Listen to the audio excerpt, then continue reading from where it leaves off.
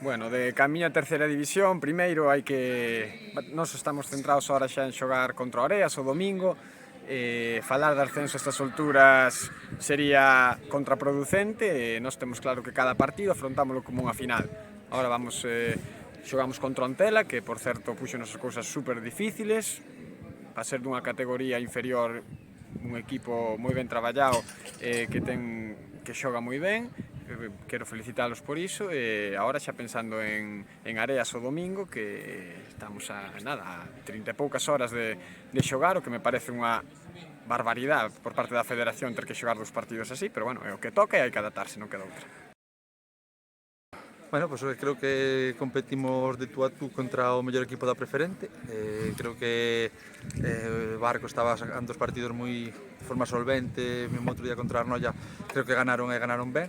Desde o outro día, desde Celanova, dixemos que hoxe íamos a competir para demostrar que estes xogadores, este club é un club de preferente, e creo que así foi. Charrón está traballando moi ben, leva un mes traballando fenomenal, pedíndolle cousas de que traballar para o equipo en vez de para él. Está o facendo e vai seguir tendo minutos. El Jorge, Aarón está entrando e cada vez que entra pois aportanos ese impulso hacia adiante, esa energía outra vez. E bueno, eso queremos ter a 22 enchufados e agora os do filial van a subir, tanto Raúl, Pitu, Felipe, Alex vai ter opcións, entonces pois contamos con todos.